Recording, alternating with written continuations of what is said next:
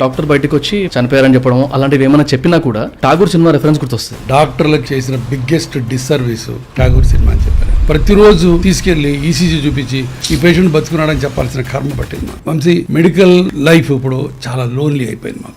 ప్రజలు నమ్మరు, press నమ్మదు, government నమ్మదు, బతుకులు మా బస్ స్టాండ్లు అయిపోయింది. I'm really sad that I have become a doctor. Sitting is the next smoking. Absolutely. Barbers ఇట్లా అంటాడు.